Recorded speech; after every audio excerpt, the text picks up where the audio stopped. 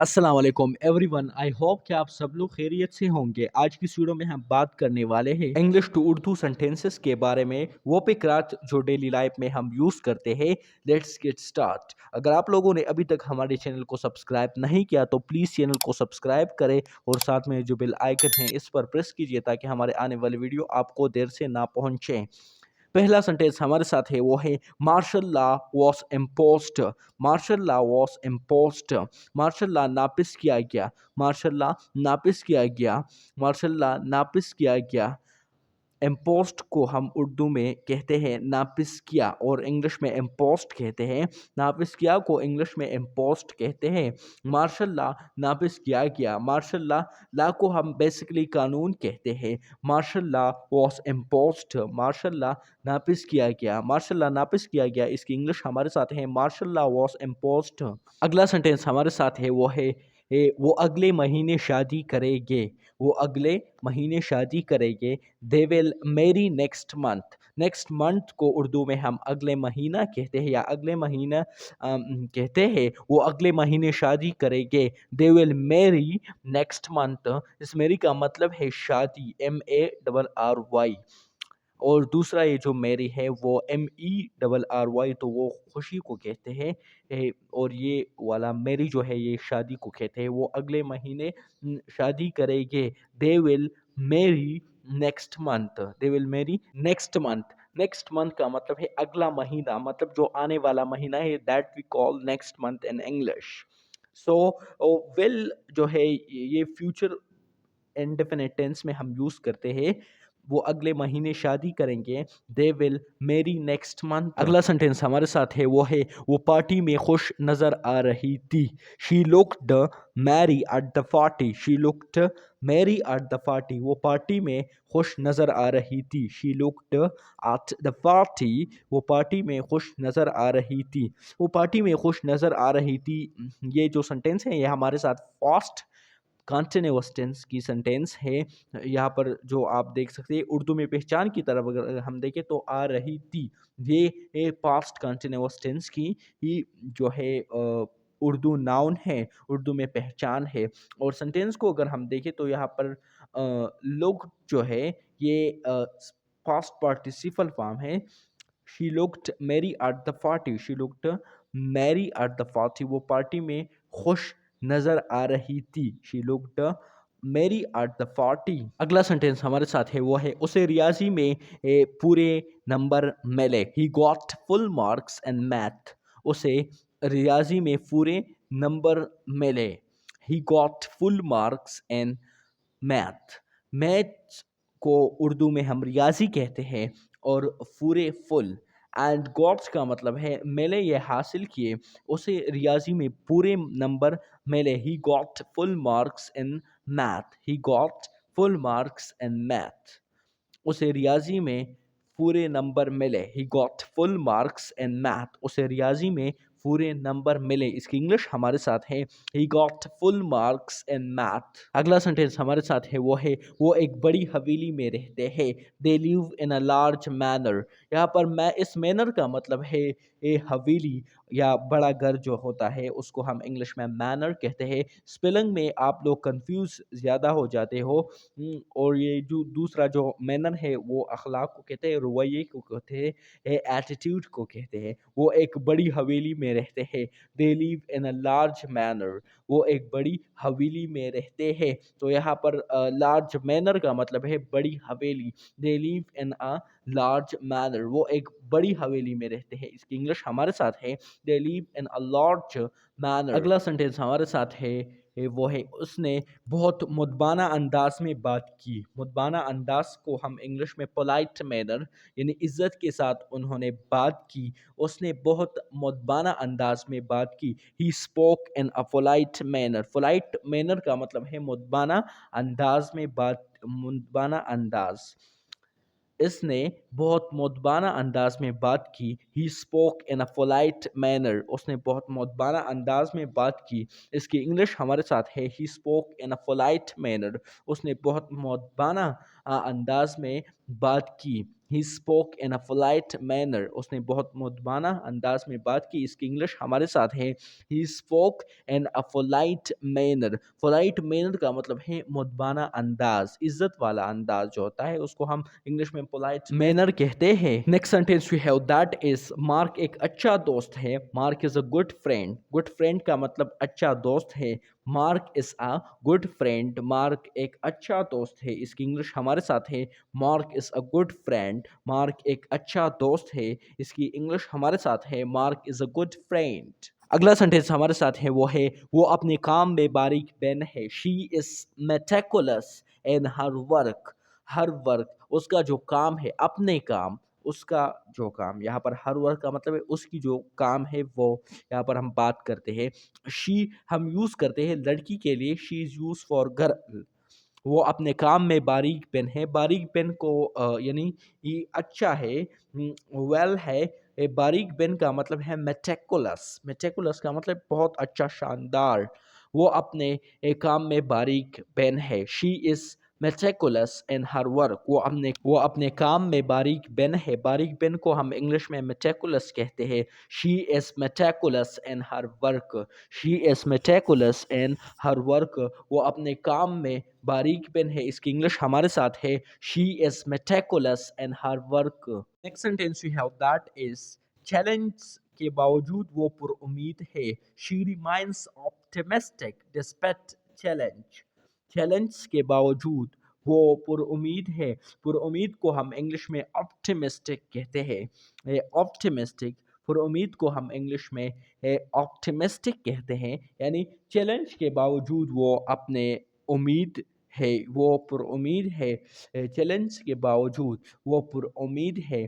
She remains optimistic despite challenge. Despite challenge, challenge के बावजूद को हम इंग्लिश में डिस्पैट चैलेंज कहते हैं. She remains optimistic despite challenge. Challenge के बावजूद वो पुरुमीद है. अगला जो सेंटेंस हमारे साथ है वो है उसे फील्ड मार्शल मुकर्रर किया गया. यानी उसको सिपह सालार मुकर्रर किया गया. He was appointed as the field marshal. उसे फील्ड मार्शल या फील्ड मार्शल की जगह पर आप सिपह सालार भी, फौज की सरबराह भी कह सकते हैं. उसे फौज सरबराह मुकर्रर किया गया या उसे जो है वो सिपह सालार मुकर्रर किया गया. ही was appointed as the field marshal. He was appointed as the field marshal. उसे फील्ड मार्शल मुकर्रर किया गया. इसकी इंग्लिश हमारे साथ है. He was appointed as the field marshal. Field marshal को हम उर्दू में सिपह सालार या फौजी के सरबराह को हम इंग्लिश में फील्ड मार्शल कहते हैं.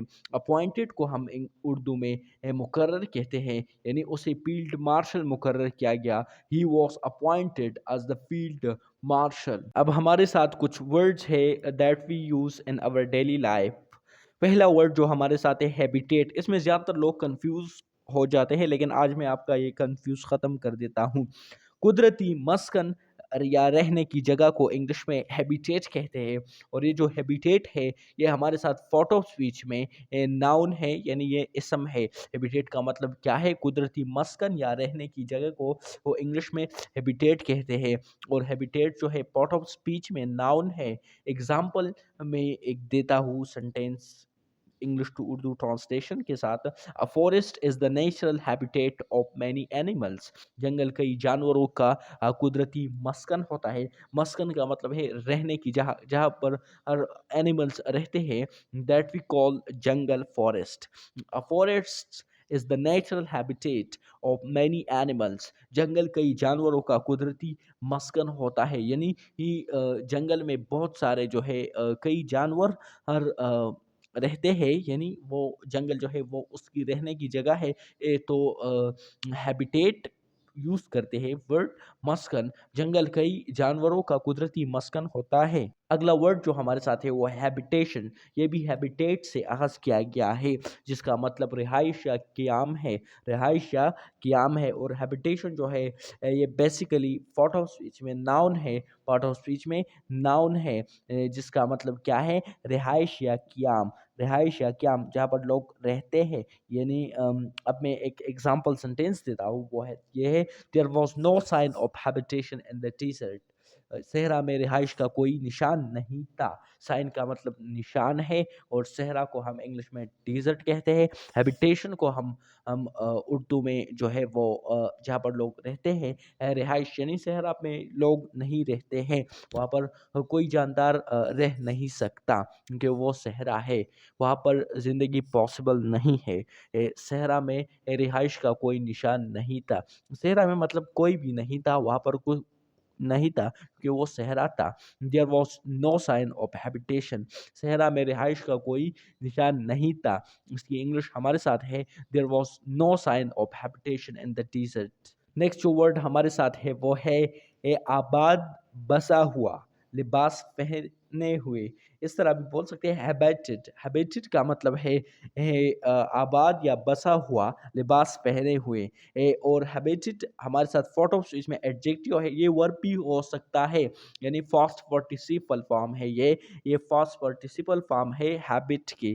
ہیبٹ یعنی عادت کی، یہ فاسٹ پارٹیسپل فارم ہے ہیبٹ کی، جس کا مطلب ہے آباد یا بسا ہوا، لباس پہنے ہوئے اس کو بھی کہتے ہیں. اب میں اگزامپل دیتا ہوں. ایک اگزامپل یہ ہے کہ دا ولیج واز ہیبیٹڈ بائی فارمرز. یہ ایکچولی پیسیو وائس بھی ہے.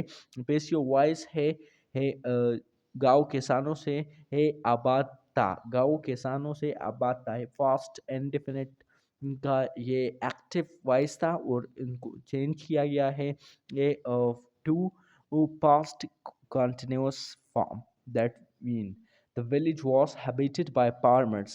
گاؤں کسانوں سے یہ آباد تھا. The village was habited by farmers. اس کی انگلش ہمارے ساتھ ہے گاؤں کسانوں سے آباد تھا. اس کی انگلش ہمارے ساتھ ہے The village was habited by farmers.